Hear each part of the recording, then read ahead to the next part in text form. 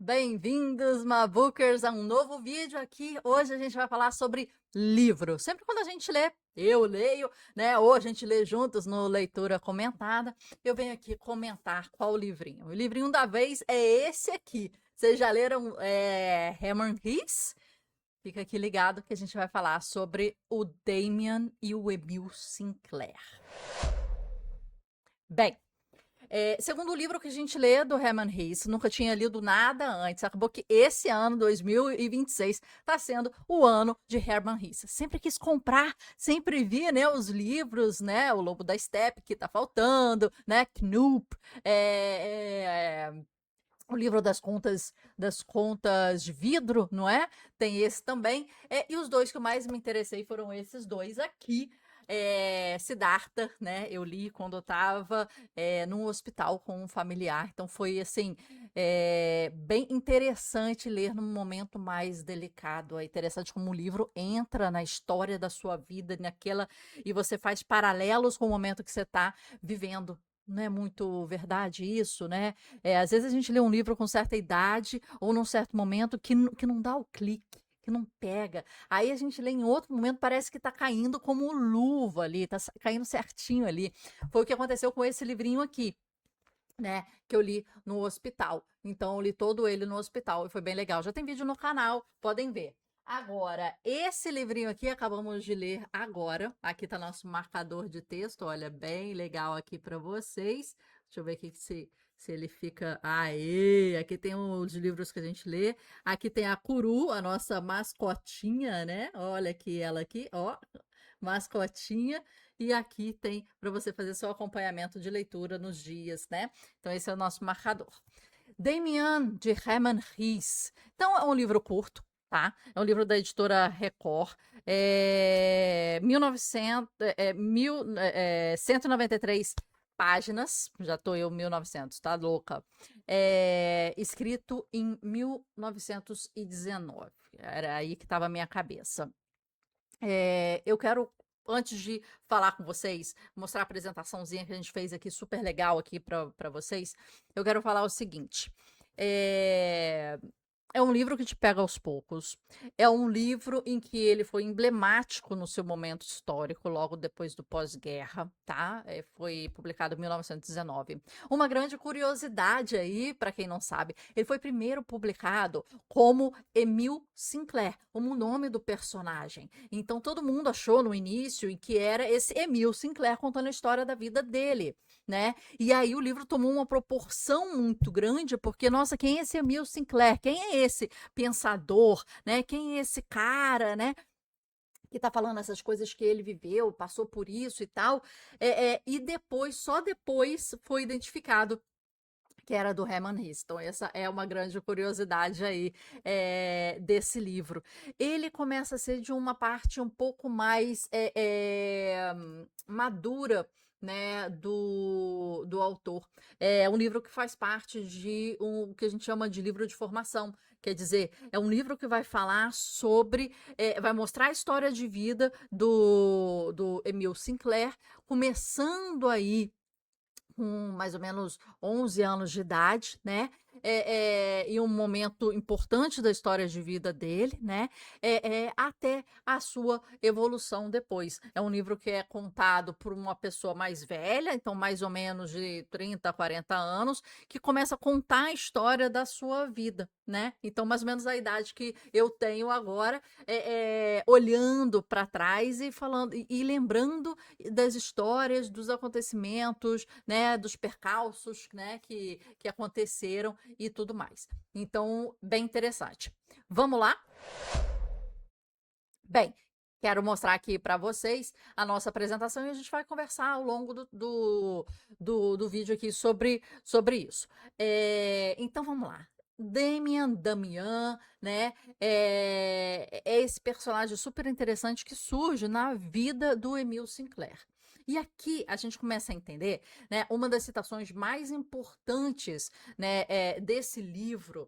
Eu quero pegar ela aqui, a página dela aqui para você. Eu vou achar esse aqui para você, a página para você.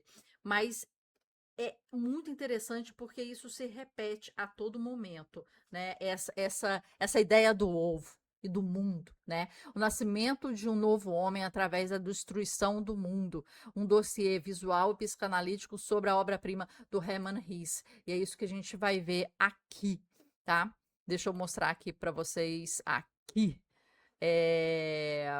Eu menorzinha aqui, tá? Deixa eu me colocar aqui, pronto. Então, ele fala o seguinte, depois a gente vai dar a frase completa aqui para vocês.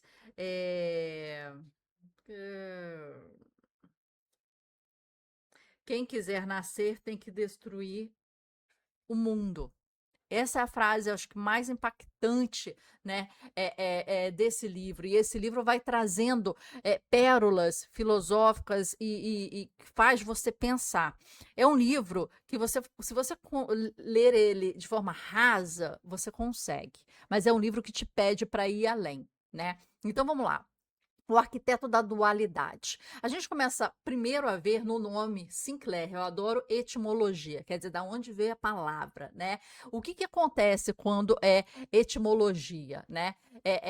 A Sinclair, né? Tem duas palavras aí. Tem o sim, que em inglês é pecado, e tem um clair, que em francês é claro. E se você. É a coisa mais clara. E ele começa o livro falando disso, dessa dualidade de dois mundos, exatamente no capítulo 1, né? É um mundo em que é claro, que é o mundo que ele identifica como o da casa dele, né? Aqui. É o mundo da família, é o mundo da tradição, é o mundo. Sempre quando ele lembra desse mundo, ele lembra das irmãs, da casa, da mãe, do pai. É um mundo mais certinho, né? E depois o mundo da rebeldia, né? Aqui, olha, a família de missionários religiosos. Aqui a gente está falando do Hermann Hesse, tá? Família de missionários religiosos fortemente apegado à tradição cristã e com valores luteranos, com histórico na Índia. Esse é o autor. A expectativa, retidão moral, disciplina rigorosa, pureza espiritual, submissão às autoridades. Mas, assim como esse carinha aqui, o Sinclair, o Hermann Hesse também foi rebelde, né? Ele teve essa ruptura, né? Então parece muitas vezes que há um paralelo entre o Emil Sinclair e o próprio Hermann Hesse, e que os outros nomes utilizados nesse livro também tem a ver com etapas de vida, né, do próprio autor. Tá? Então, o mundo da rebeldia, ela requer, né, a fuga das expectativas da família, a rejeição contínua da autoridade, o abandono de um casamento. Ele foi casado por 3 vezes, se não me engano. E o primeiro casamento ele meio que largou, fugiu tipo, não quis saber mais. E aí ele tinha muito conflito, deserção militar, oposição ferrenha ao militarismo da Primeira Guerra Mundial, sendo classificado até como traidor da pátria. Então você vê um nível, assim, você vai entrando na biografia do autor, né?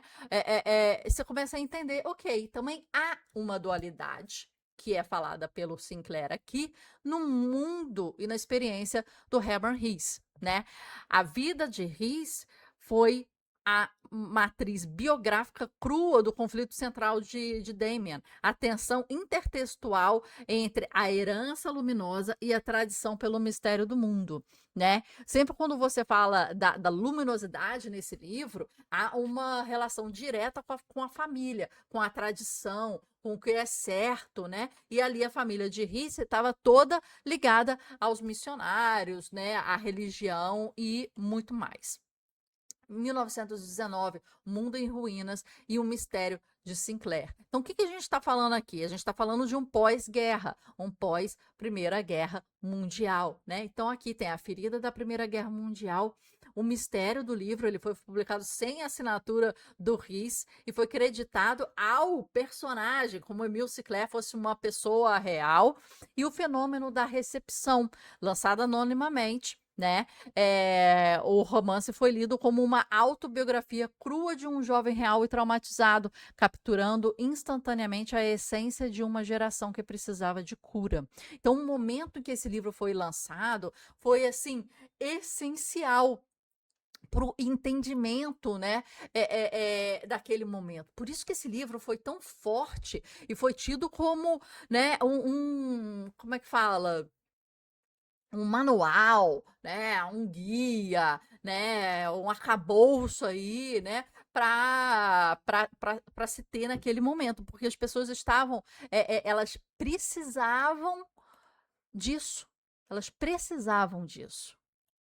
E aí ele fala aqui, olha, o segredo, apenas anos depois, né, que a gente falou, né, foi se descobrir que o jovem estreante Sinclair, na verdade, era o Herman Hesse, então um autor maduro de 42 anos e fugitivo da guerra, né? Olha que interessante. Eu falei que tinha mais ou menos, né, a minha idade, 42, né? O parto do novo homem, o paralelo artístico. Assim como a obra do Salvador Dalí, em 1943, onde a humanidade rasga o globo terrestre, Damien, eu não sei, né, como é que a gente vai. Vamos falar aqui livremente. Exigia que a juventude europeia rompesse com a casca rígida, né, das velhas tradições do pós-guerra. O romance não foi apenas literatura, foi um manifesto existencial e tá aqui a sua importância disso. O Thomas Mann, né, que a gente tem aqui, é, um dos livros que a gente vai ler agora é. Ah, tem muito livro que a gente quer ler, né? Na verdade é isso. O livro que a gente quer ler agora é esse aqui, ó. É A Montanha Mágica do Thomas Mann. Esse livrinho aqui, né? Que veio no Clube de Literatura Clássica. A gente já está se preparando para ele. Não, nunca li nada de Thomas Mann também, mas eu acho que vai ser bem interessante. Então, o Thomas Mann ele fala uma obra que com uma precisão assustadora acertou em cheio o nervo da época. Exatamente, foi um encaixe. Hoje, até de repente, a potência ela se dissipa um pouco, mas quando você encaixa timing, né, história com a narrativa, aquilo potencializa. Foi o que aconteceu com o Demian, né? Arrastando toda uma juventude para o encantamento, certa de que seu mensageiro da sua vida mais profunda surgiria em seu meio, né? Então é isso, né? Bora lá. Ai, vocês não estavam vendo. Aqui, ó. Eu estava lendo essa aqui. Vamos lá. O enredo. Então, sobre o que se trata, né, esse livro, né? Vai falar da história de vida, a jornada do Emil Sinclair, né, com arco clássico de romance de formação. Então, ele vai partir da falsa inocência, da queda e exortação, da intervenção, crise e os guias e a guerra do despertar. Esse é o caminho que a gente vê em diversos outros livros, né? E a gente pode fazer um paralelo sobre a jornada do herói. Vou colocar aqui grande aqui para vocês, sobre a jornada do herói, né? E aqui, como livros de romance de formação, eles trazem essa estrutura, né, esquelética, né, por trás da sua escrita. Então, o livro ele abre com uma história, né, que ele está no colégio, né, então a infância, né, vive protegido pela sua família, e esse é o lado claro, né, da situação, é o lado seguro da situação. E aí o que acontece? Ele inventa uma grande mentira. O pessoal é questionado que tem um roubo de maçãs e ele fala para ficar bem na vibe lá, né? E tal, que foi ele que roubou. E ele mente que foi ele que roubou. E depois o Frank Cooper chega para ele e fala assim: Cara, foi você mesmo que roubou? Ele, claro que fui, né? Colocando a banca aí, né? Colocando tipo assim: Não, fui eu mesmo que roubei. E aí, o que acontece? Esse Frank Hopper, ele começa a atormentar dar bullying, né? No nosso personagem principal. Porque ele fala assim: Ah, foi você mesmo? Você me confirma que foi você mesmo? Aí ele: Ah, fui eu mesmo, bravo, né? E aí ele fala assim: Não, então se foi você mesmo, eu vou contar para todo mundo. Eu vou contar para o cara do pomar de maçã, que foi você que roubou, vou contar para os seus pais, vou contar para o colégio, vou contar para todo mundo, não sei o quê. E ele começa a fazer uma chantagem com o Sinclair, tipo, então eu quero dinheiro. Eu quero 2.000. Ele, não, mas 2.000 é muito, eu não consigo. Então ele vai no cofrinho da casa, que eu creio que seja até um cofrinho dele mesmo, né? Que a mãe tomava conta do dinheirinho dele, né? Que ele ia fazendo e recebendo, e ele começa a roubar da casa, né? Dele mesmo, da mãe, né? Para dar para esse Franz Cromer, né? Então ele utiliza para chantagear e abusar psicologicamente do Sinclair por meses, empurrando num abismo de pavor, que culmina aí nesse Franz Cromer falando que quer sair com a irmã do Sinclair. E o Sinclair fala, cara, isso para mim é o dinheiro. Aí ele começou a dormir mal, ele começou a mudar a sua personalidade, a ficar com medo, ele começou a ficar mais isolado, arredio, quieto, nervoso, ter ansiedades. Ele começou a mudar a sua personalidade, o seu bem-estar e sua saúde por causa desse bullying que ele estava sofrendo, desses assédios que ele estava sofrendo. E aí, quando ele chega e fala assim, cara, quero encontrar a sua irmã, porque o cara estava interessado, né, na irmã dele. Aí ele fala assim, não, né, esse é um limite. Então é quando ele começa a encontrar no colégio o Damien, que ele tem até dificuldade de descrever quem que é esse Damien, né? Max Damien, né?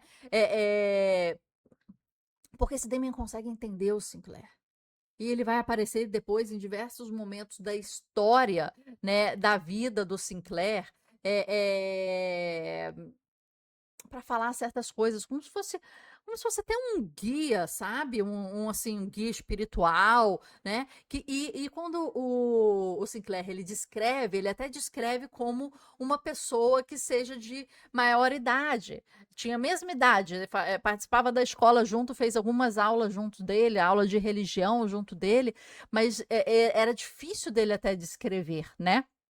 Mas o Damien sempre surgiu em momentos críticos da vida do Sinclair. E dava umas frases que, tipo assim, ajudavam, né, ele, né? Então, aqui, parece que lê a mente do Sinclair, o resgata de Cromer sem violência e inicia a desconstrução dos seus paradigmas religiosos. Então, é um cara que vai guiar, né? E ele resolve a questão do Cromer, e a gente não fica sabendo no livro como que aconteceu, né? A gente fica sabendo que o Sinclair não falava qual o problema que estava tendo, e ele desconfiava que o Sinclair estava com alguma questão, algum problema. Você vê como é que os amigos desconfiam, interpelam, vêm até mais às vezes que família, né? Que devia observar também certas coisas que estavam acontecendo, mas ele questiona, e aí ele se sente confortável de falar com o Damien. Não, olha, tá acontecendo isso, ele tá me fazendo chantagem, ele tá fazendo isso, não sei o quê. E o Damien fala assim: eu vou resolver. E ele vai lá e resolve. Só que a gente nunca sabe como que o Damien resolveu essa questão. Se conversou, se chantageou, se deu uma dura, se bateu, se não sei o quê. Mas aquela situação, ela é resolvida, né? E o cara para de pentelhar ali o Sinclair. Então, a presença do Damien na vida do Sinclair é como se fosse um guia, né? Enquanto ele está duelando com o Sim e com o Claire, com a sua parte sombria e com a sua parte luminosa, né? Então, o doloroso amadurecimento da puberdade, o alcoolismo, o cinismo, os namoros, os questionamentos, né? Sinclair conhece, aí é um tempo depois, né? Que depois, vamos voltar aqui, depois a gente continua contando um pouco mais, né? Bora lá. Matriz diagnóstica da dicotomia dos dois mundos que a gente estava falando. Então, o mundo luminoso, que sempre relembra a parte da família quando ele fala, e o mundo sombrio, que é o do que acontece por aí na vida, que começa com ele com bullying na escola, tá? Então, luminoso, a casa dos pais, o dever, a religião cristã. Os atributos, limpeza, pureza, retidão, ordem diurna. Representantes, pai, mãe, irmãs, perfeitamente dóceis, tranquilos, né? Pessoas carinhosas. Sentimento, paz, perdão divino, tédio, consciência limpa. O mundo sombrio, que é esse que ele começa a entrar, as ruas, os criados, desconhecidos, o matadouro, os atributos, mistério, pecado, superstição, caos, embriaguez.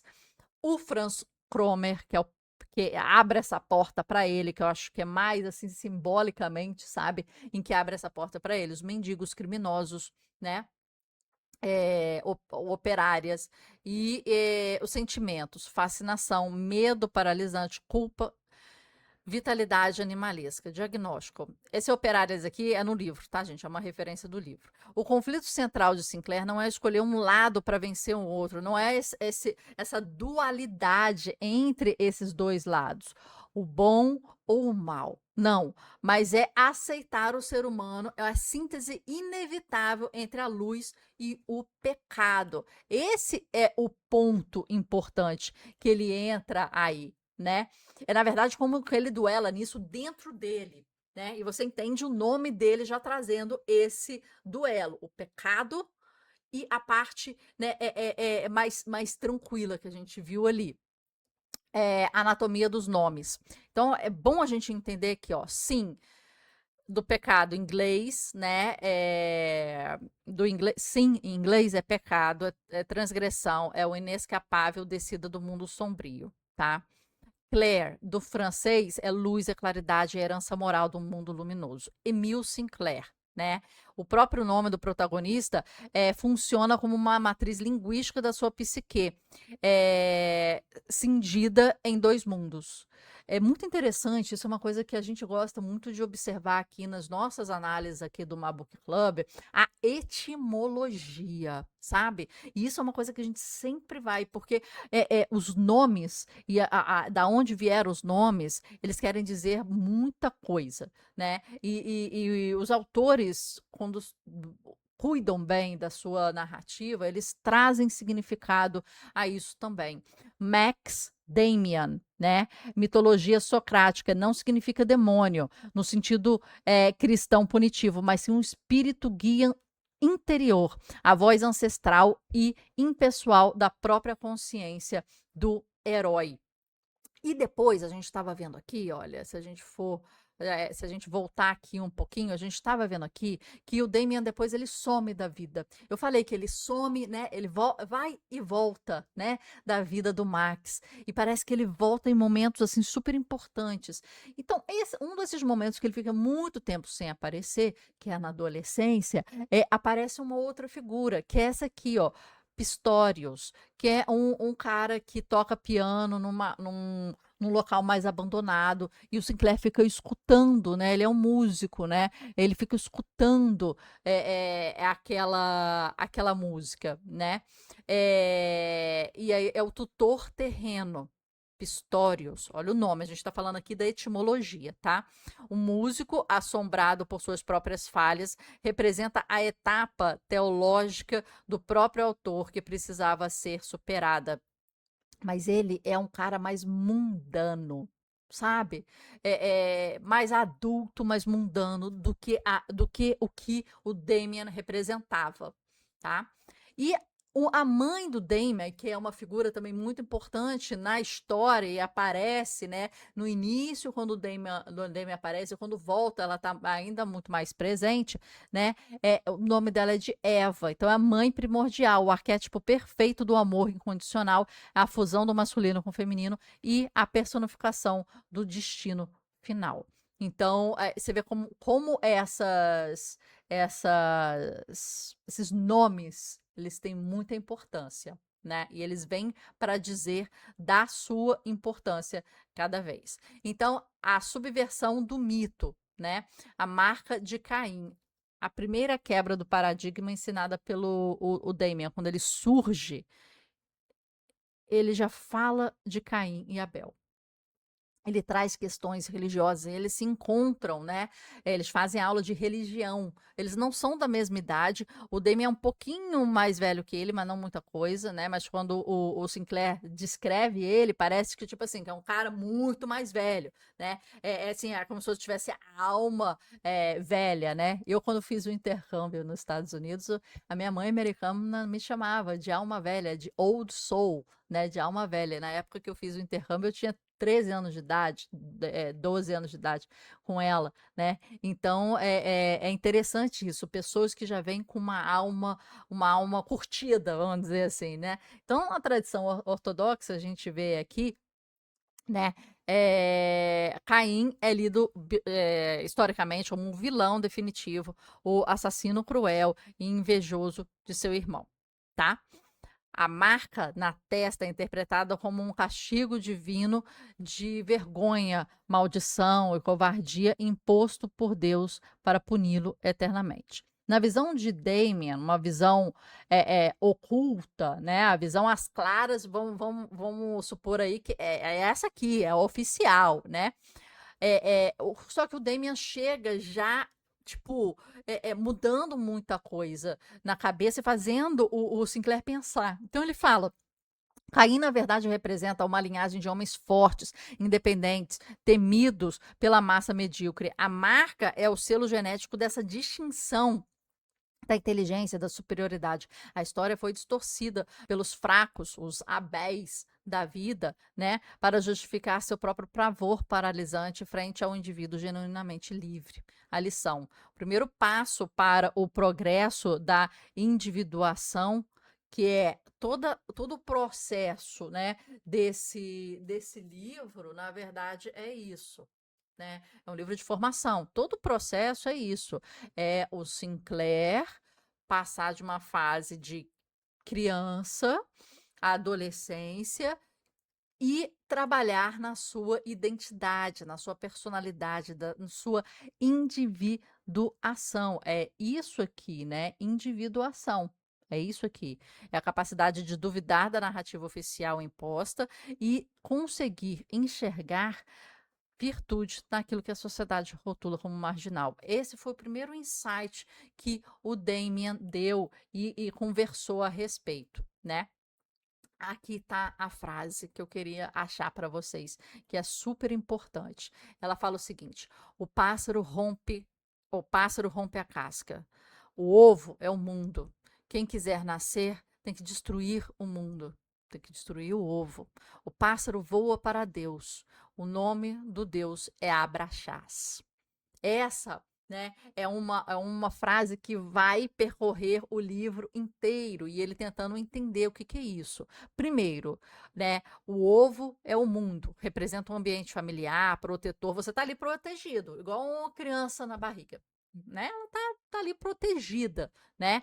As rígidas tradições herdadas, a falsa segurança paralisante da infância. Aqui é o mundo luminoso que ele fala aqui, né? Da família, a destruição, o nascimento. Para você sair do ovo, você tem que quebrar o ovo. Esse é o ponto. Você tem que romper.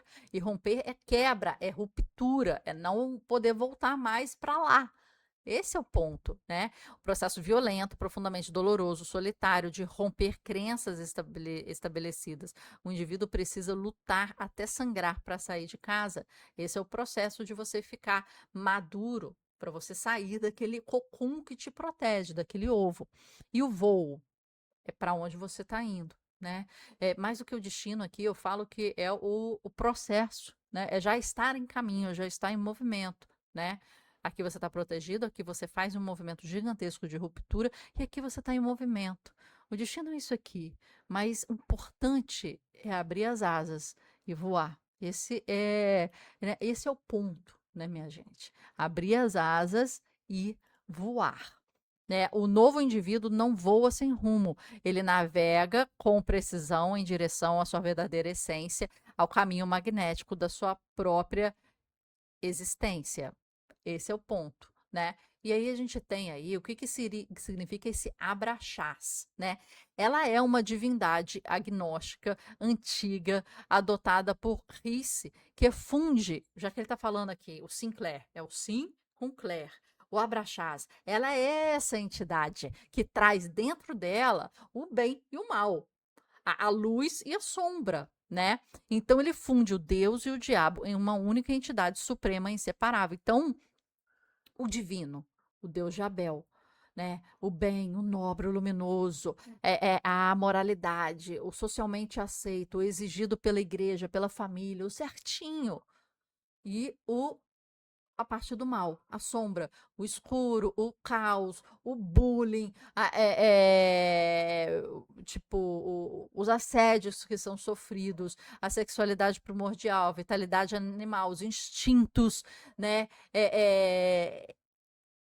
Que surge e o Abraxás é essa junção. É uma entidade que tem os dois mundos dentro dele, né? A religião ensina a venerar apenas metade do mundo, mutilando a psique.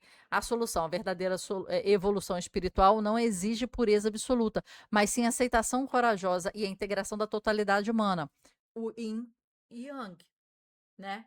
Tá juntando ali o claro com o escuro, o bem e o mal, num local só, né? Negar a própria sombra é viver uma vida neuroticamente incompleta. É saber que isso faz parte de mim, isso faz parte de quem eu sou. E eu tô ok com isso. Eu consigo lidar, eu consigo conciliar, eu consigo, né, equilibrar esses dois mundos. Isso é o Abraxás. Por isso que o nome do Deus é Abraxás. O pássaro voa para Deus. O nome do Deus é Abraxás. Então, quer dizer, o pássaro, vamos interpretar aqui, o pássaro voa para Deus. O interessante é o caminho, mas o seu destino é o Deus. O seu destino é o Abraxás. O Abraxás é quem? Essa junção dentro de uma unidade do sim e do não, da luz e da escuridão, né? Então é para lá onde a gente está indo, é conciliar esse turbilhão dentro da gente, né? Esse é o ponto. Vamos continuar. A cura através da arte, a simetria clínica entre a vida do autor e a ficção. A linha superior, o autor Hermann Hesse. Então, colapso mental devastador logo após os horrores da Primeira Guerra Mundial. Sessões intensivas com Dr. J.B. Lang, analista, discípulo de Carl Jung.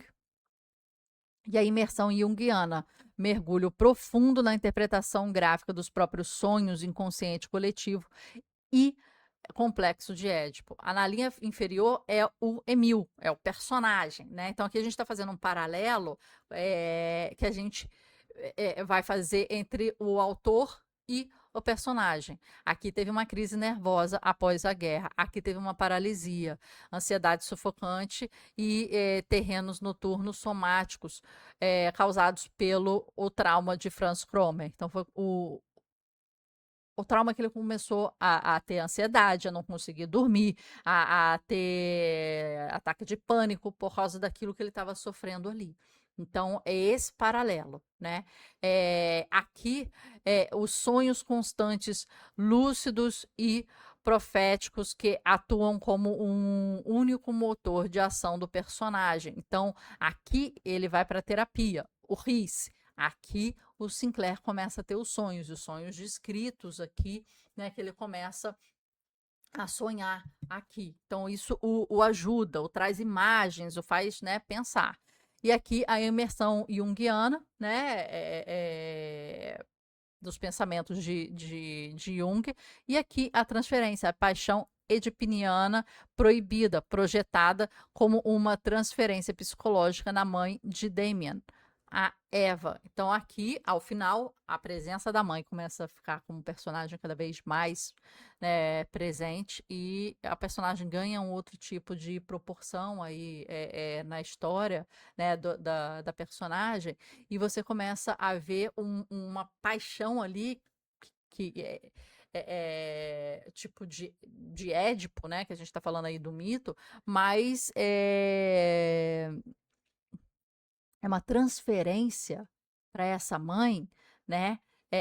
Que aqui já tá assim, né? Como se fosse a mãe de todas. O nome é Eva, né? A protetora, a gestora, né? Essa paixão que ele tem, é, esse amor que ele tem a ela, que é transferido, né, nessa figura dela, né? O romance não é apenas ficção, é na prática o registro terapêutico cartático do próprio Hermann Hesse, transformando em literatura a alta performance psicanalítica. Então ele traz uma questão psicanalítica aí muito grande. dessa transferência, né? E o Damien, ele repara isso, ele questiona. Eu sei que você ama minha mãe. Todo mundo, ele fala assim no momento, né? Todo mundo que a chama de Eva e sabe o seu nome, já a chama porque a ama, né? O Damien responde dessa forma, né? E os heterônimos da psique. Então, o Emil Sinclair é ego em formação, versão frágil, vulnerável, demasiadamente humana do próprio autor, buscando sentido na direção do amadurecimento. Então, estamos jovens, estamos ali adolescentes, tentando entender isso tudo.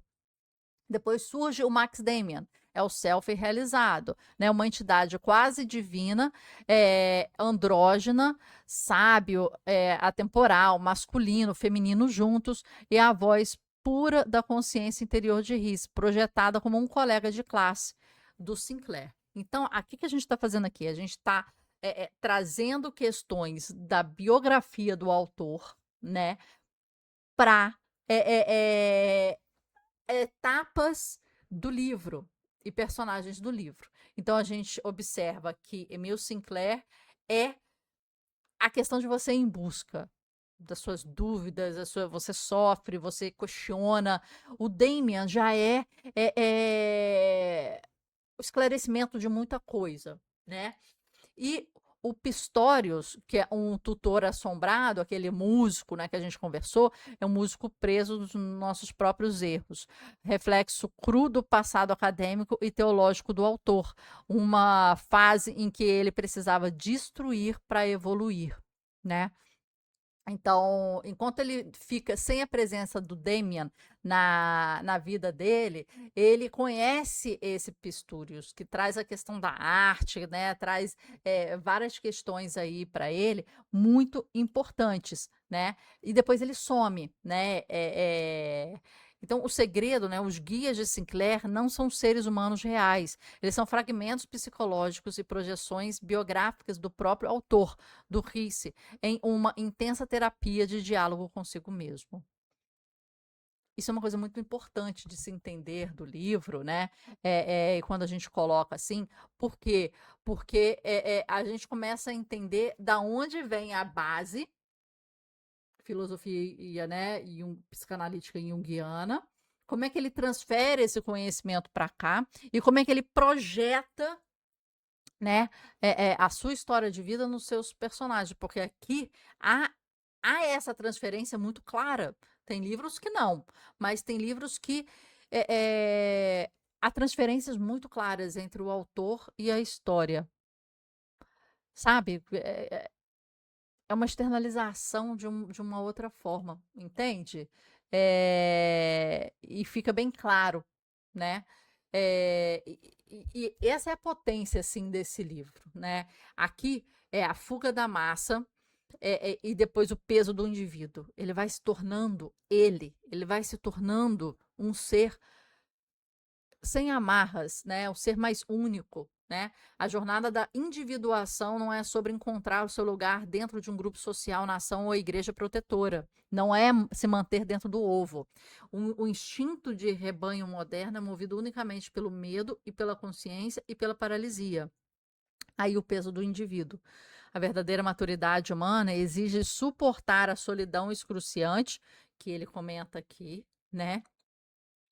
De quebrar os próprios paradigmas e aceitar as próprias sombras satânicas e ter a bravura de escutar apenas a voz que sussurra no próprio sangue.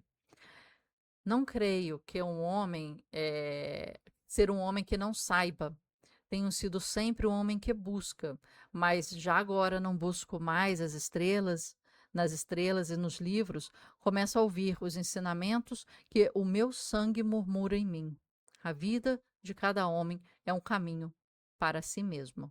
Essa é outra frase muito forte aqui no livro que tem, e quanto mais o livro vai avançando, para mim, né, quero saber de vocês depois, para mim eu fui marcando cada vez mais, né? Então, ao final do livro, ele está muito mais marcado do que o início do livro, sabe?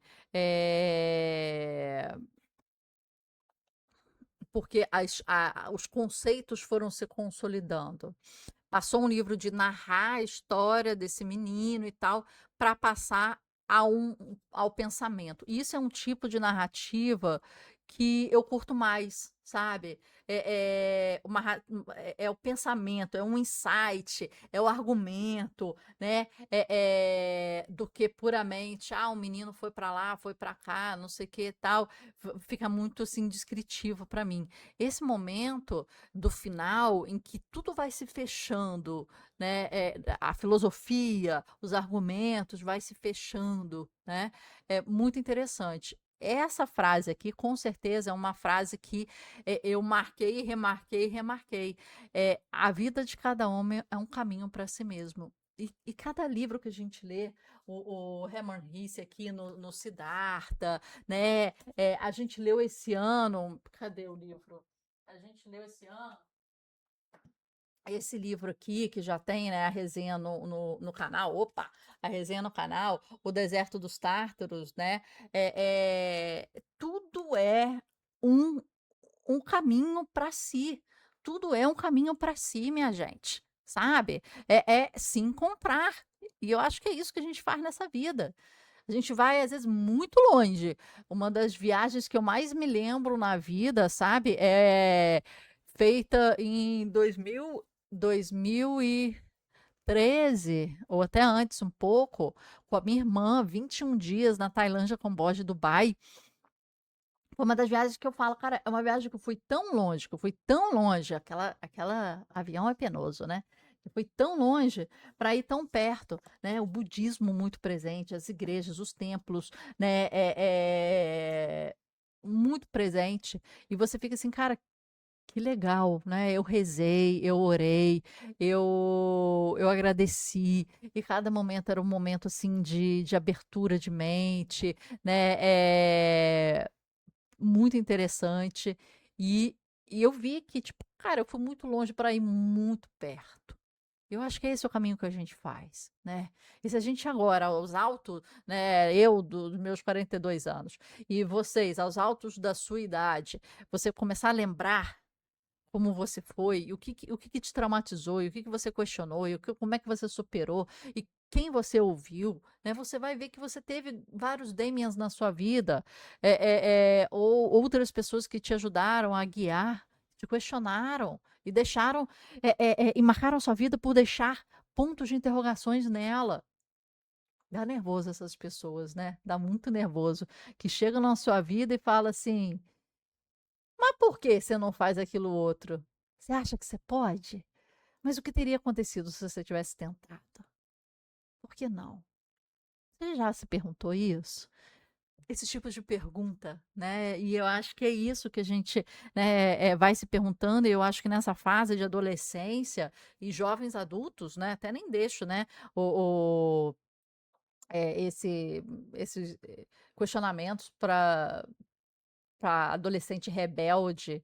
Adolescente rebelde é um início, depois a gente tem que continuar questionando com mais maturidade, né?